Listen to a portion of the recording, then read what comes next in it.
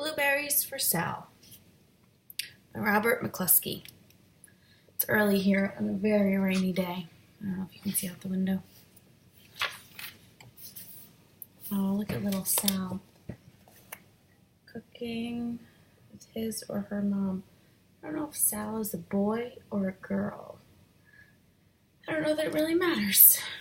Look at that old stove. Look at that. How cool.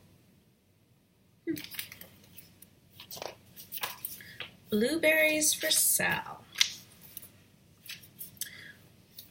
I'm on this page. I'll tell you when I'm going to turn the pages, okay? One day, little Sal went with her mother to Blueberry Hill to pick blueberries. Little Sal brought along her small tin pail, and her mother brought along her large tin pail to put the berries in. "We will take our berries home and can them," said her mother, "and then we will have food for the winter." Turning the page.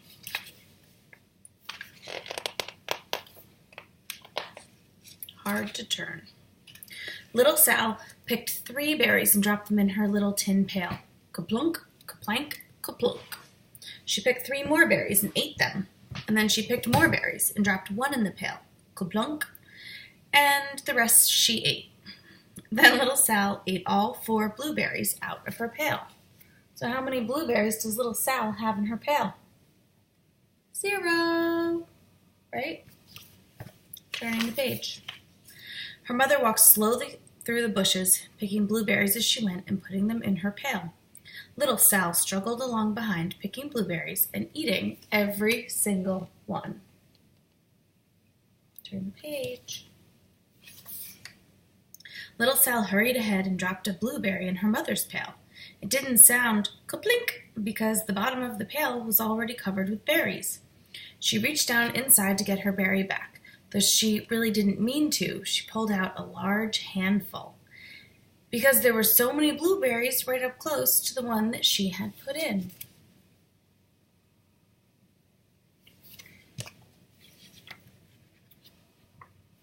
Turn the page. Her mother stopped picking and said, "Now, Sal, you run along and pick your own berries. Mother wants to take her berries home and can them for next winter." Do you know what can means? It means when you have fresh fruit, and then I think you cook it down into like jelly or something like jelly, and then you put it in a can and preserve it so that it lasts longer. Okay, turn the page.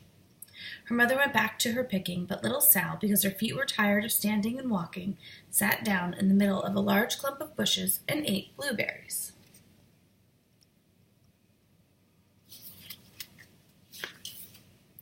On the other side of Blueberry Hill, turn the page. On the other side of Blueberry Hill, Little Bear came with his mother to eat blueberries. "Little Bear," she said, "eat lots of berries and grow big and fat. We must store up food for the long, cold winter." Do you know what bears do in the winter? They hibernate, which means that they sleep. They need to eat up lots and lots of food before the winter so that they can sleep and be full with a whole full belly for the whole winter. Okay, turn the page.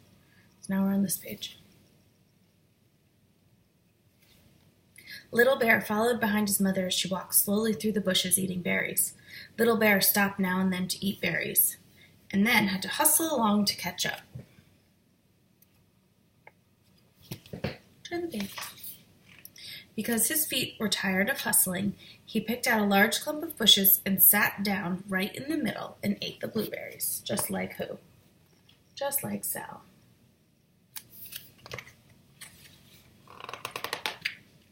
Turn the page. Over on the other side of the hill, little Sal ate all of the berries she could reach from where she was sitting, and then she started out to find her mother. Oh, so little Sal is a girl. Turn the page. She heard a noise from around a rock and thought, "That is my mother walking along." Turn the page. But it was a mother crow and her children, and they stopped eating blueberries, and they flew away saying, "Caw, caw, caw." Then she heard another noise in the bushes and thought, "That is surely my mother, and I will go that way."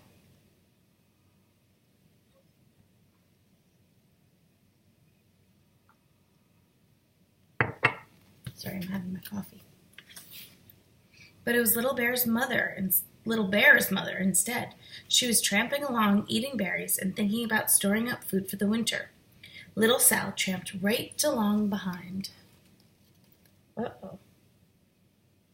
Hope Mother Bear is feeling friendly to Little Sal. Turn the page. By this time, Little Bear had eaten all the berries he could reach. Oh, it says he. Didn't it just say she? I'm looking back.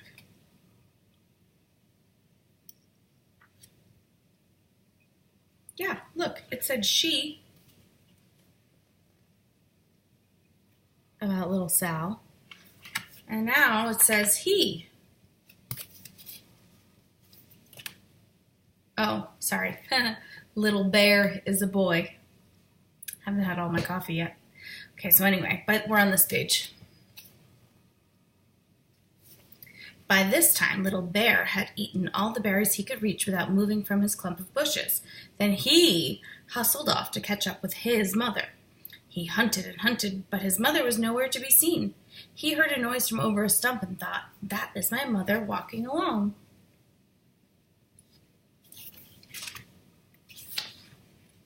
Turn the page. But it was a mother partridge and her children. They stopped eating berries and hurried away.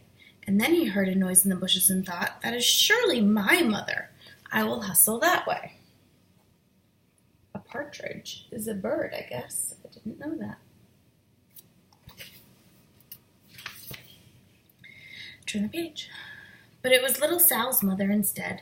She was walking along picking berries and thinking about canning them for next winter. Little Bear hustled right along behind. I have crazy hair here. I don't know what to do about it. Well, turn the page. Little Bear and Little Sal's mother and Little Sal and Little Bear's mother were all mixed up with each other among the blueberries on Blueberry Hill. Turn the page. Little Bear's mother heard Sal walking along behind and thought it was Little Bear. And she said, "Little Bear, munch, munch, eat all you possibly can. Hold." Swallow. Little Sal said nothing. She picked 3 berries and dropped them, ka-plink, ka-plank, ka-plunk, in her small tin pail.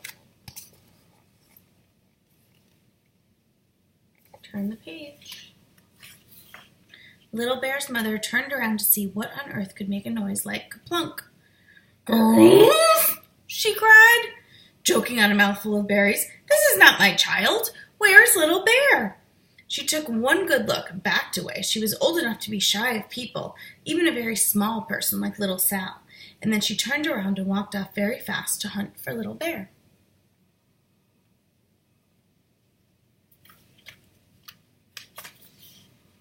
Turn the page.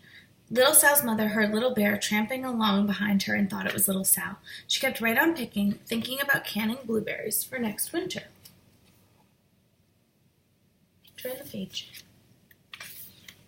Little Bear padded up and peeked into her pail. Of course, he only wanted to taste a few of what was inside, but there were so many and they were so close together, and he tasted a tremendous mouthful by mistake. "Now, Sal," said Little Sal's mother without turning around, "you run along and pick your own blueberries. Mother wants to can these for next winter." Little Bear tasted another tremendous mouthful and almost spilled the entire pail of blueberries. Turn the page. Little Sal's mother turned around and gasped, "My goodness, you are not Little Sal! Where, oh, where is my child?" Little Bear just sat munching and swallowing and licking his lips. Little Sal's mother slowly backed away. She was old enough to be shy of bears, even small bears like Little Bear. And then she turned and walked away quickly to look for Little Sal.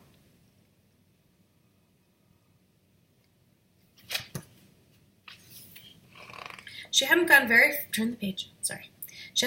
far before she heard ka-plink, ka-plank, ka-plunk. She knew just what made that kind of noise. Turn the page. Little Bear's mother had not hunted very long before she heard a hustling sound that stopped now and then to munch and swallow. She knew just what would make that kind of noise. Her little bear. Turn the page. Little Bear and his mother went home down one side of Blueberry Hill, eating blueberries all the way, and full of food stored up for next winter.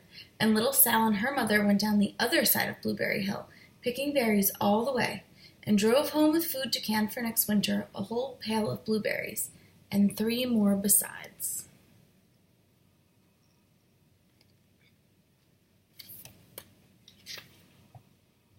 The end. And here they are, canning their blueberries. See the cans on the table?